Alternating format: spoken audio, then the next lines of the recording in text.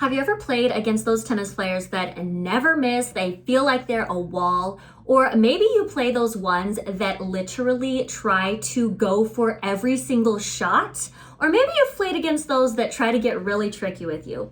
Well, in this video, I'm going to divulge. Is that a word? Divulge. I made it a word just now. I'm going to talk about the 7 different tennis player personalities and their strengths and weaknesses. By the end of this video, you will probably be able to tell which type of player you are, which type of player you struggle to play against, and maybe those that are your bestest tennis friends and what type of personality they are. But before we get into it any deeper, I'm Coach Marisa Johnson of Rip It Tennis. I am a tennis life coach, and I help adult recreational tennis players live their best lives both on and off the court. I have a few resources for you down in the description if you'd like to get into my world and you're interested in that. But otherwise, let's get into the good stuff. Now, the first tennis player personality I have named the go-getter. The go-getter is the player that loves to be at the net. They love to go for a lot of shots, maybe even ones that they are maybe not supposed to get if it's in doubles. They're very courageous. They definitely have the tendency to go after a lot of shots, and they have full-on confidence in themselves that when they go for it, they will be able to crush a winner. The go-getter has this confidence and courage, but it does result in them missing a lot more shots than they could have. They struggle with the patience. They really do want to go after everything, and they try to poach and even take shots that maybe should not be theirs, but because they're a go-getter, they're gonna go for everything. They chase down everything. They do not give up. They have really strong personality, and as you might find that the go-getter, especially in adult recreational playing in mixed doubles, oftentimes is the male and playing with their friend that is the female. They will tend to go for a lot because they have that confidence, because they have the courage, and they think they can get a lot of things. Even if their partner might be the better player, they're gonna go for it. This player really relies on their physical strength. They like to hit a lot with power. They like to smash attack a lot of things, and they really do love those aggressive shots. Anytime you give them a floater or something and they're raising their racket, you better watch out because the go-getter is going to smash attack that thing, okay? Now, I'm not saying that the go-getter is always a ball hog, but they do have some ball hog tendencies, and they do struggle with the more finesse, more trying to feel the shots and being more patient. That is where they kind of lack. The next personality type, number 2, we are talking about the strategist. Now, the strategist is the player that is really honestly, they're more of the overthinkers. And I don't mean to say that in a bad way, because you can use your brain really, really well as the strategist and come up with a plan to beat your opponent. The strategist might not have the best shots all around, but they definitely have the tools in their tool belt to actually use it and come up with a game plan with what they do have as their strengths. They can analyze the opponent's strengths and weaknesses very quickly, as well as their own, and come up with a plan to win. The strategists, they tend to win a lot. And it's not necessarily because they have the better strokes or prettier strokes or are the better player. They're just smart. They are the smarter player. So they can use what they have, and they're more cautious about things. They're a little bit more patient. They're gonna look for the opportunity to do the right shot at the right time. And that, hats off to the strategist. Like I was saying though, the only kind of downfall is that they tend to overthink, and they might overanalyze as well, which could end up putting a lot of pressure on that player, causing them to overthink points, overthink certain placement shots, and then overall they might struggle in that sense. But honestly, the strategist, they have a lot going on, and they may have some weapons and they're gonna use their weapons, and they definitely have those that are their weak points that they know they need to work on. But otherwise, this player, really smart. They got it going on. The third personality type, we have the grinder. I know you know somebody who is a grinder. The grinder is the person that is the wall. They will get anything back, and they tend to play it safe because they're not going to go for too many winners, but they are going to get everything back in a very good neutral shot. I have played against a number of walls, and it is the most frustrating type of player to play because they just get every single ball back. They're not necessarily going to try to go for winners, but they're more going to try to outplay you and see if they can make you miss. And the way they're going to make you miss is just by placing it decently and being very, very, very, very consistent.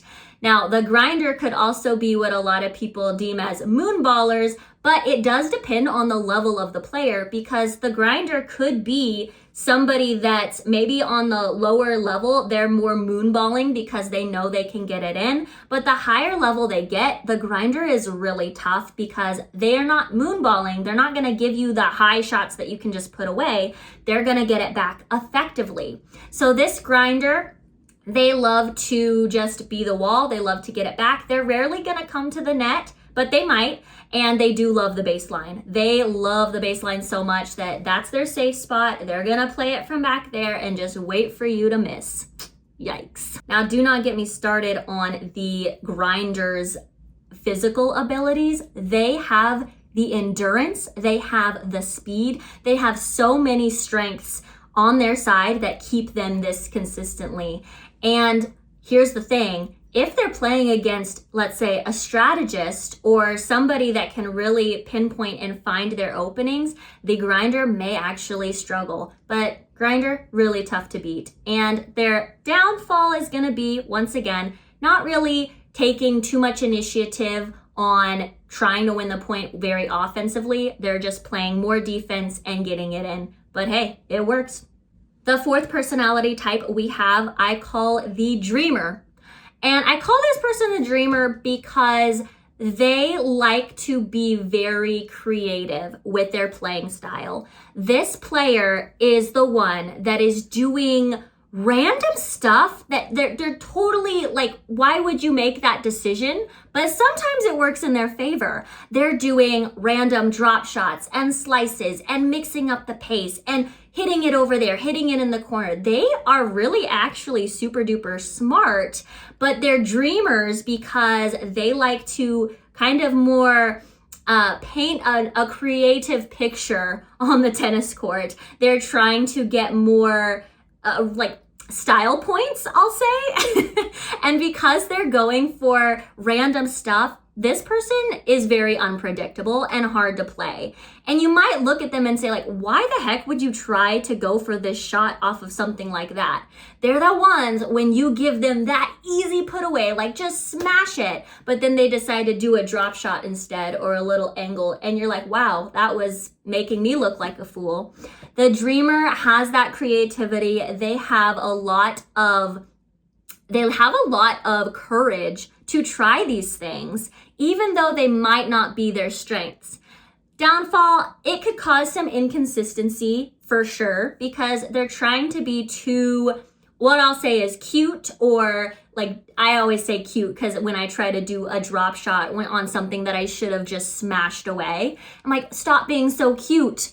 Stop trying to do crazy style point type things when you can just win the point. But the dreamer does have that ability to get really good at random shots that can keep the opponent guessing. And in those cases, the dreamer can really win a lot of matches because of that creative drive they have. And if they work on that consistency with it, they can be very, very dangerous. Fifth personality type. This one is the overachiever. I know you all know an overachiever, and I'm going to deem myself as this personality type because this person is the one that is they are doing all the things. They care about just being the best possible player they can. They are doing the things in the backgrounds that nobody might think they're doing, and then they come out on the court and they are so good. Overall, they have a great game. Nothing really super duper stands out as a strength. They're very close in relationship to the grinder, because the grinder, just like being that wall, is, they're getting everything back. They're super consistent. The overachiever is also getting a lot of shots back. They might not be as consistent as the grinder because they do want to try to use all the tools. The overachiever is trying to do all the things. Have a good serve, have a good forehand, have a good backhand, have a good net game. They want to overachieve in all areas. And so they're practicing hardcore on everything. They're dividing it up and trying to be so good at everything. This person might also be deemed as more like the perfectionist in real life situations where they're just trying to do everything right. They go and they do footwork drills. They go and they're in the gym. They practice play matches. They're getting their private lessons. They are doing everything the paper says that the overachiever should be doing. Now, it might be hard for the overachiever to find a true weapon because they're trying to get good at all the things. So they're going to be a very solid player. They're going to be the one that's very similar to the grinder, but maybe not as consistent because they haven't quite found the courage enough to use certain weapons, or at least use them consistently enough. They're overachieving. They're doing everything beautifully. I love the overachievers. But yes, might be hard to find what is that true weapon that the overachiever is going to have, because they're divvying out in so many different areas. I don't know if you agree with that, but that's just my take on the overachiever. This brings me to my sixth personality type, which is the fun one. Now, this is obviously the person who's trying to just have a blast. And adult recreational players, they're the ones socializing. They are using tennis as a social game. They just want to go out, have fun. They are super duper positive, super upbeat. They love to laugh on the tennis court, and they're gonna laugh off their mistakes. The positive, fun one is always up for probably, they're the ones drinking on the court. They're the ones just making it super social, super fun. They're the ones collecting everyone's numbers, let's get together, let's have a good time. This is the fun one. You know who the fun one is, and they love to just be on the tennis court. It is all social, all fun for them. They might not be the ones that are going to get their private lessons all the time. They might join in the group clinics, but they're more so there to, hey, let's get together and play a fun match and let's do these things. So they're not as serious as, let's say, the overachiever, but they are definitely the ones bringing the smiles on the court, laughing, having a good time, and they just love tennis, and that's what they're there for. Downside, they might not get as good at tennis as fast as they'd like, just because they are kind of taking it as more of the social recreational thing, as a lot of adult recreational players do. So it's going to take them a little bit longer to get better, but they still might have the drive in certain areas, just not all the areas, because like we said, they are just having a grand old time. Now, the last personality type is the one that is so frustrating to so many people. This person I have called the natural. I know you know somebody that does not pick up the tennis racket as much as you do, and they just happen to be freaking amazing at the sport. This player is frustrating because you look at them and they're not necessarily getting private lessons or doing footwork drills in the background or doing all of these other, really important things that players should do to get better. They just naturally are good at it. Now, the person that is the natural may have an upper hand because they played sports when they were younger and it totally transferred over, so it became really easy for them to learn tennis. And I have met multiple people, specifically men at my higher level. I'm playing 5-0 pro people, and I'm playing against men that they are only been playing tennis for perhaps 10 years compared to my 20. but we are battling it out, having amazing rallies. One, because they're men, and two, because they might have played other sports growing up that made it so easy for them to transition into the sport. And it's so frustrating because they are just naturally good. They might not have put in as much work as you, but they are definitely showing up. And just to point out, they probably put in the work in other areas, like building up their hand-eye coordination in another sport. So don't take it too personally when somebody is natural and they are just totally crushing it when they haven't done as much as you. Now, downside of the natural is they could tend to get a little cocky, a little lazy, thinking that, oh yeah, I don't have to practice this week for the tournament, I'll be fine. And in those ways, they let their guard down and somebody can sneak up and bite them in the butt just because they got a little too cocky and lazy about their natural talent abilities. Watch out, the natural people. Now, there you have it. Those are the 7 different tennis personalities. And what's really interesting about these personalities is that a lot of them transfer not just on the tennis court, but in real life situations. We have the go-getter. The go-getter is probably a go-getter in a lot of things in their life. They are confident, courageous. They're gonna go after what they want. Even if they might not be ready for it, they are going for it. The strategist is probably very similar in their life circumstances as well. They are the ones that are really analyzing, really thinking before they make their decisions, really trying to do everything and have a logical response to it. And it's a beautiful thing when you can kind of see that the tennis player's style does match their tennis, or not their tennis, but their life personalities as well, and it shows up in other areas. The play it safe person, the grinder, the wall, they are probably playing it safe in other areas of their life. They're more cautious, but they work hard. They're gonna do all the things.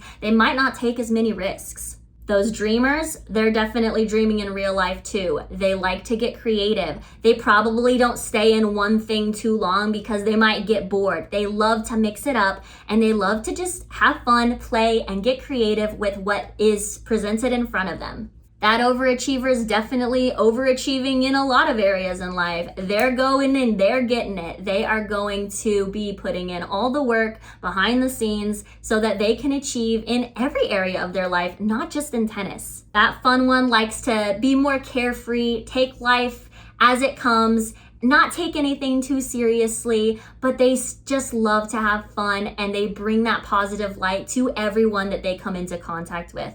That natural probably has a lot of other natural talents that brings it into other areas of their life where they're like, man, I'm pretty good at this. Awesome. Don't have to work as hard, but I'm already good. Not saying that they're like that with everything, but it probably is. Now, I'm so curious, which of these 7 personality types do you connect with the most? Or do you think that really translates to you on the tennis court? It's really interesting because I've always thought and think that tennis and a tennis match is just like life, but in match form. And it completely transfers over, which is why I'm a tennis life coach and I just love helping adult recreational players find their path, their purpose, get freakishly awesome, good at tennis, as well as their mental toughness, as well as their fitness. I'm just a fan of all of it. But I'd love to hear which one you think you are in the comments. And if you like this type of content, let me know. I'm kind of experimenting, getting back in, and I'm starting to make more videos and it's gonna be super duper fun. So comment, love to hear it, and I'd hope you'd subscribe and come into my world. I've got a free 7-day footwork challenge if you'd like that in the comments, as well as my tennis workout program that I've created. So hope you join my world soon, and yeah, subscribe. See you in the next video.